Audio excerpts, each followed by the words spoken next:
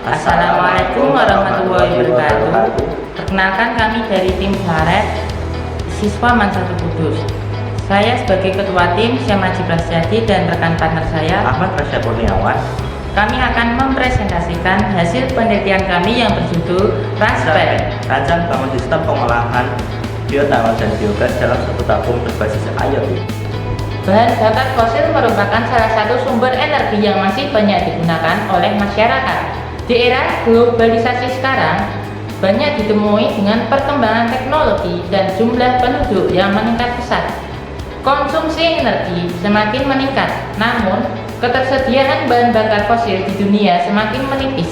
Saat ini, sebagian besar kebutuhan energi dunia dipasok oleh bahan bakar fosil. Meningkatnya pertumbuhan populasi eceng gondok dapat merusak ekosistem perairan dan kandungan oksigen berkurang. Dalam kondisi ini, kita dapat memanfaatkan limbah eceng gondok menjadi salah satu bahan bakar terbarukan.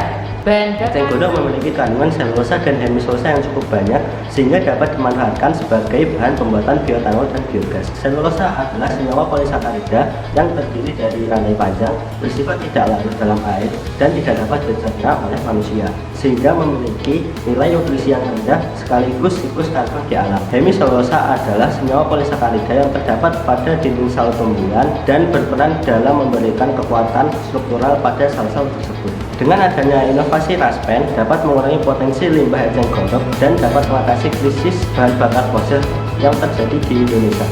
Adapun alat dan bahan penelitian. Alat yang digunakan dalam penelitian ini yaitu diantaranya tang, solder, gunting, penol, gergaji, cutter, dan akrilik, keran, selang, kaleng, wadah, pemanas, engsel pipa, pengaduk, gelas ukur, dan indikator universal.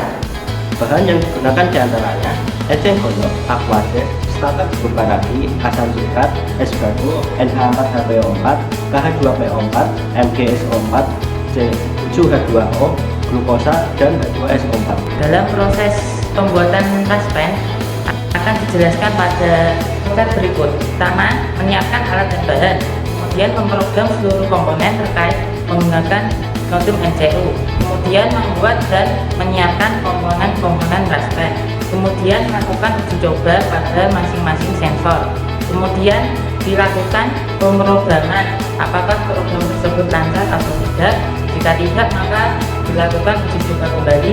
Jika iya, mengaplikasikan pada box yang akan digunakan sebagai alat bantu, kemudian melakukan uji coba langsung RASPEN pada eceng gondok. Berikut adalah cara kerja RASPEN. Pertama yaitu adalah memasukkan limbah organik ke dalam tabung, kemudian tunggu hingga bakteri mulai membusukkan zat organik tersebut sampai menjadi gas metanol dan disimpan di bagian A. Lalu melakukan proses fermentasi hingga menjadi bioetanol dan disimpan di bagian B.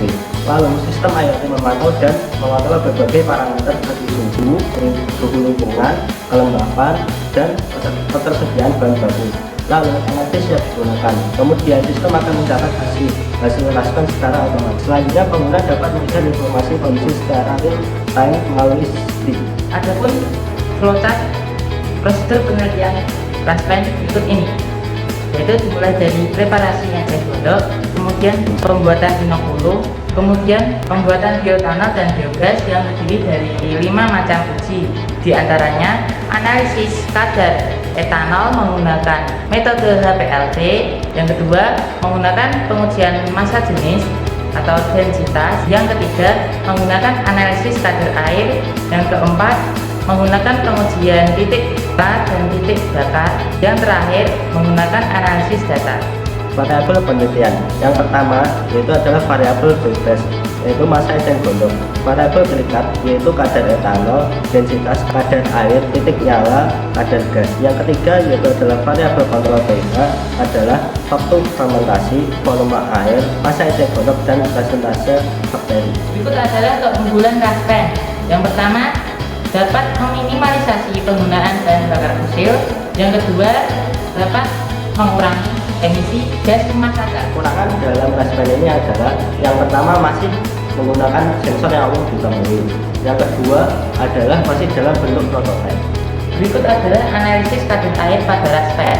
Penentuan kadar air bertujuan untuk menentukan kualitas bioetanol terhadap kerusakan yang terjadi.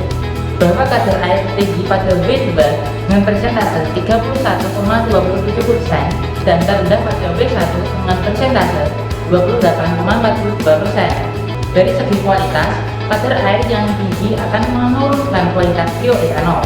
Sebaliknya, jika kadar air yang semakin rendah, kualitas bioetanol semakin meningkat. Hal ini disebabkan oleh kemurnian bioetanol cair yang relatif rendah. Bioetanol pada pelatihan ini diperoleh dengan cara menghitung massa bioetanol dengan mikrometer setelah dilakukan fermentasi 5 hari.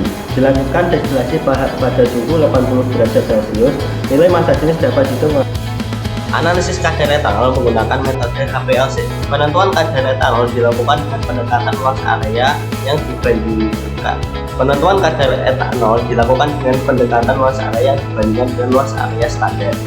Penentuan kadar etanol ditentukan menggunakan gas chromatography mengikuti metode high performance liquid chromatography atau HPLC. Pada Dan titik bakar. Titik nyala dan titik bakar dipengaruhi oleh proses penguapan. Semakin besar bahan bakar tersebut menguap, maka semakin rendah titik nyala dan titik bakar. Proses penguapan adalah proses perubahan zat cair. Proses penguapan zat cair dipengaruhi oleh kerapatan densitas molekul penyusunnya, di mana semakin tinggi kerapatan molekul penyusunnya, maka semakin sulit zat cair tersebut untuk menguap. Etanol dihasilkan dari fermentasi formula P1 memiliki rata-rata densitas paling besar yaitu 0,791. Berdasarkan hasil pengujian, dapat disimpulkan bahwa hasil terbaik adalah formula P1.